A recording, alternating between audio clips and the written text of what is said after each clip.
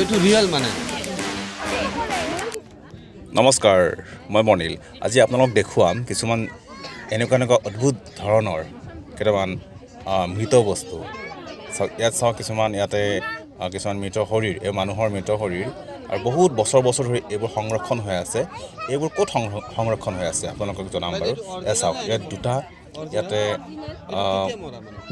দুটা শিৰ এটা দে তাৰপিছত ডাবল হেড ওৱান বডি এনেকুৱা এটা সংৰক্ষণ হৈ আছে। এয়া সংৰক্ষণ কৰি ৰাখিছে ভট্টদেৱ বিশ্ববিদ্যালয় পাঠশালাৰ সাহিত্য সভাৰ এই মুকলি যিখন বাণিজ্য মেলা তাত এনেকৈ দেখা পোৱা গৈছে।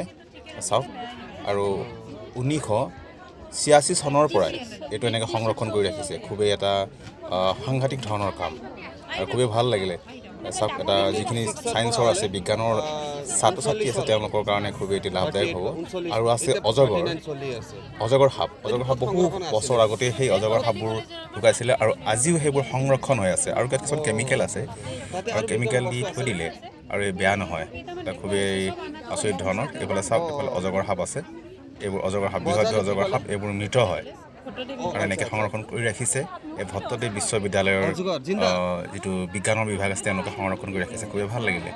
আপোনালোকে দেখিছেনে? এনেকুৱা চাওক, অজগৰডাল এনেকুৱা লাগিছে সঁচা যেন লাগিছে, কিন্তু সঁচা নহয়, এইটো মৃত। চাই থাককচোন বাৰু। ভট্টদেৱ বিশ্ববিদ্যালয়ৰ সমূহ কৰ্মকৰ্তাক অশেষ ধন্যবাদ জ্ঞাপন কৰিছোঁ। তেওঁলোকে এনেকৈ অশেষ কষ্টৰে সংৰক্ষণ কৰি ৰাখিছে।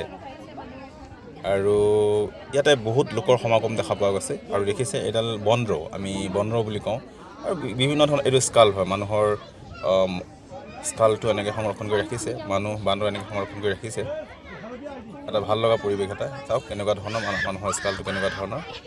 এইটো এটা খুবেই এটা ভাল লগা পৰিৱেশ, বিজ্ঞানৰ পৰিৱেশ। যিসকলে বিজ্ঞানৰ ছাত্ৰ ছাত্ৰী আছে, তেওঁলোকে ইয়াৰ মূল্যটো বেছিকৈ গম পাব, ইয়াৰ গূঢ়াৰ্থ গম পাব। আৰু ভিডিঅ'টো ভাল লাগিলে আপোনালোকে লাইক, কমেণ্ট আৰু শ্বেয়াৰ কৰিবলৈ নাপাহৰিব। লগতে ছাবস্ক্ৰাইব কৰি দিব। চাই থাকক, ধন্যবাদ।